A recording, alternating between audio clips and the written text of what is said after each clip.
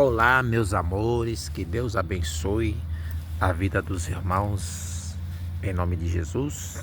Nós estamos aqui no 5º sábado da campanha da restauração. Louvado seja o nome do Senhor. Mas antes de eu começar o propósito de oração, eu quero meditar com a igreja aqui no livro de Apocalipse, capítulo 1, no versículo 7, que diz: Eis que vem com as nuvens, e todo olho o verá, até os mesmos que o traspassaram, e todas as tribos da terra se lamentarão sobre ele. Sim, amém. Amada igreja, esta palavra que eu quero trazer dentro de 10 minutos é uma palavra que fala sobre a volta do Senhor. É a palavra que fala da volta do nosso Salvador Jesus Cristo, né? E muitas as mensagens que são pregadas hoje fala de um arrebatamento secreto, né? Mas quando a gente lê a palavra de Deus aqui em Apocalipse 1:7, como nós também lemos em Mateus 24, se você meditar lá o texto completo, né, você vai ver que Jesus fala de um arrebatamento visível. Todo olho verá, como acabamos de ler, que todo olho verá, né? E a Bíblia diz lá em Mateus 24 que depois das tribulações daquele grande dia, virá o Filho do Homem sobre as nuvens de glória. A Bíblia diz que todo olho verá. A Bíblia também diz que Jesus voltará como relâmpago. Assim como o relâmpago sai do ocidente e do oriente, assim será a volta do Senhor Jesus. E nós percebemos que quando dá aquele relâmpago, são relâmpagos que todos os olhos vê. O relâmpago não é secreto. Quando dá aqueles relâmpagos, né? Todo olho vê aquele relâmpago,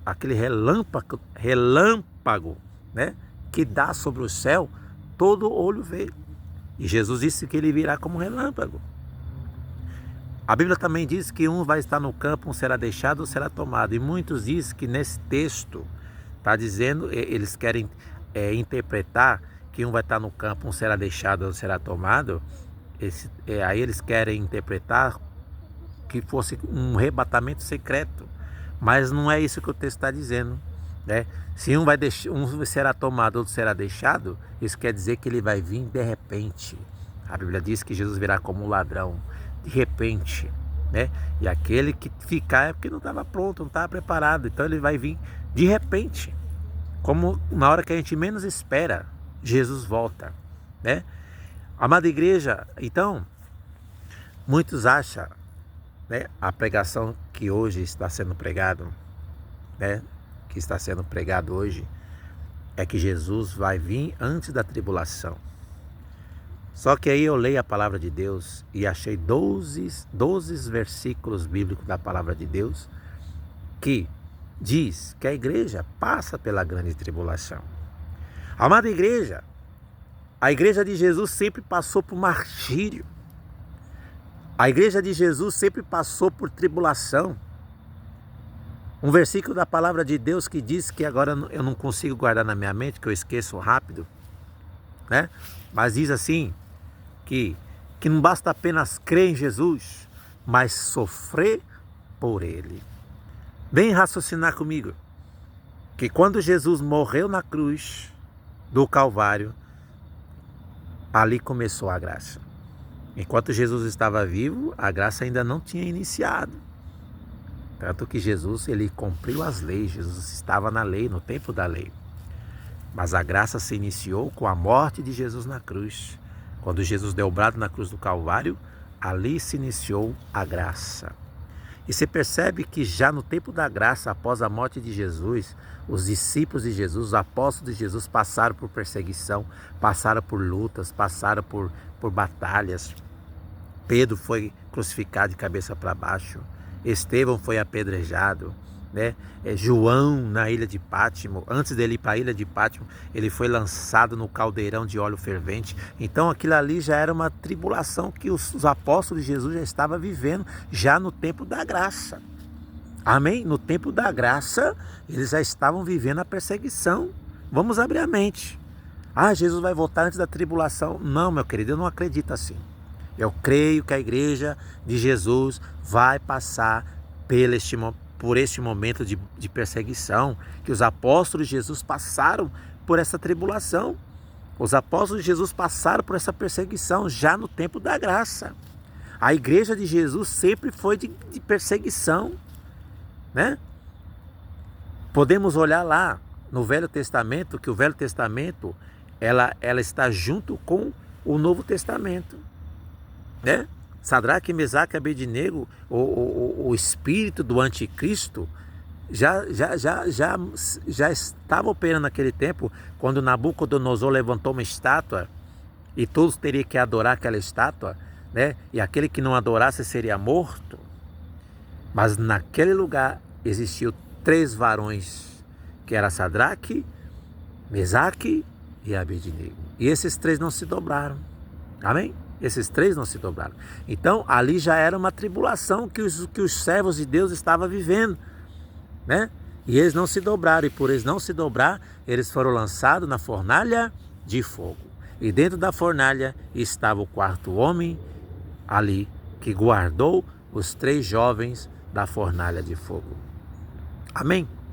Outro texto também que diz que, no Velho Testamento, que o povo de Israel, né, o povo de Deus, né, vamos dizer assim, o povo de Deus, quando estava lá no Egito, né, e Deus o libertou, né, das garras de Faraó. E a Bíblia diz que eles eles passaram por muitas aflições, eram escravos, né? Trabalhavam dia e noite trabalhavam, era escravo do Faraó. E ali Moisés muito se revoltou, mas vamos resumir essa mensagem, que Deus mandou as pragas sobre o Egito, né?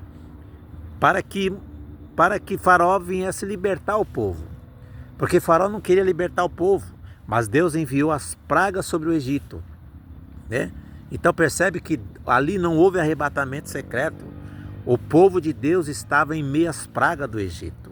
E se você for olhar lá em Apocalipse 16, está dizendo que as mesmas pragas que sobrevirão no tempo de tribulação são as mesmas pragas que caíram no Egito. Amém? Então, amada igreja, a igreja de Jesus, ela passa pela tribulação. Sadraque, Mesaque e Abednego passou por tribulação. O povo de Deus, aleluia, passou pela tribulação quando Deus mandou as pragas do Egito. Eles estavam em meio às pragas, mas o povo de Deus não foi atingido porque Deus guardou. Noé, a Bíblia diz também que Jesus, assim como foi nos dias de Noé, assim será a minha vinda. Percebe que ali não houve arrebatamento secreto. Noé estava em pleno dilúvio. Amém? Mas Deus o guardou diante do dilúvio dentro da arca. Então, a arca hoje nós não precisamos de arca. A arca hoje é Jesus, né? Jesus é a nossa salvação. Quem crê em mim e for batizado será salvo. Então, hoje não necessitamos de arca, mas Jesus, né? É em Jesus que temos a vida, que temos a salvação, né? A Bíblia diz, aquele que crê em Jesus, for batizado, será salvo. Então, amada igreja, então eu creio que a igreja passará pela grande tribulação. Eu tenho 12 versículos guardados no meu caderno, né? 12 razões porque a igreja passa pela grande tribulação, né? E a Bíblia diz lá em Apocalipse também que o anticristo vai perseguir os cristãos, vai perseguir os santos. Quem é esses santos? É a igreja. Alguns acreditam que no meio da tribulação, durante a tribulação, que aí vai acontecer o arrebatamento secreto, Jesus leva os seus, aí nesse período de grande tribulação, pessoas se converterão.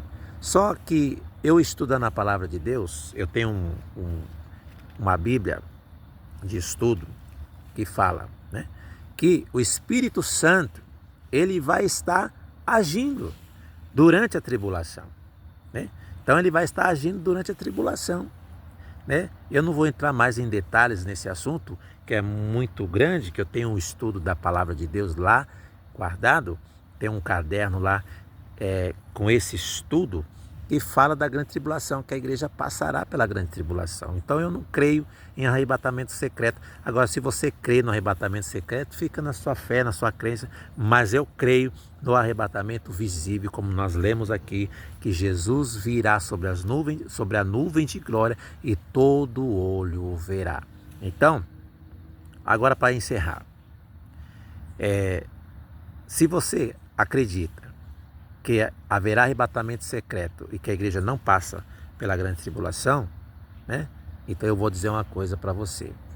É melhor você crer, pensar que a igreja passa pela grande tribulação, que a igreja vai estar aqui na grande tribulação, do que você ficar pensando que vai haver arrebatamento secreto, que não haverá arrebatamento secreto, e você ter que ficar aqui na grande tribulação. Então eu creio que a igreja de Jesus passará pela grande tribulação, porque a igreja sempre foi de martírio, a igreja sempre foi uma igreja de perseguição, né? O povo de Deus que foi lançado lá na arena de leões para ser morto pelos leões, né? Jeremias que foi jogado no calabouço, e tantos homens de Deus que passaram por perseguição. Vou encerrar agora.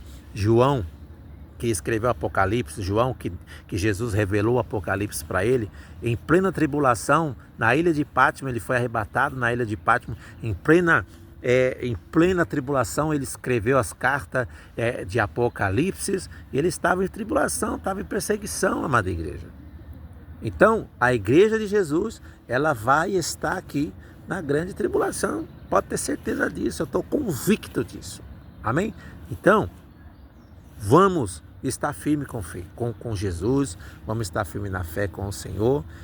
Percebe que a tecnologia cada dia mais está avançando, né? Está prosseguindo, né? E que nós venhamos estar firme com Jesus, né? E como nós dizemos, que se você e eu estiver vivo até esse período que vai ser de tribulação, quando chegar a tribulação, quando chegar a perseguição, se eu e você estiver vivo até lá, ficamos firmes, ficamos na fé, corra para os montes, se esconda para os montes, né? Que o anticristo vai perseguir a igreja.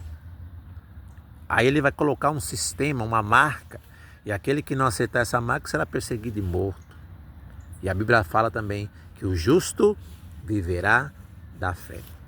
Amém? É só uma palhinha aqui do estudo sobre a igreja que vai passar pela grande tribulação, porque o estudo é bastante extenso, né?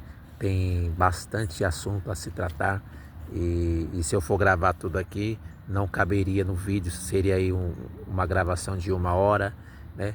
Mais ou menos, de estudo, e para tratar sobre este assunto, né? Já deu 13 minutos e 21.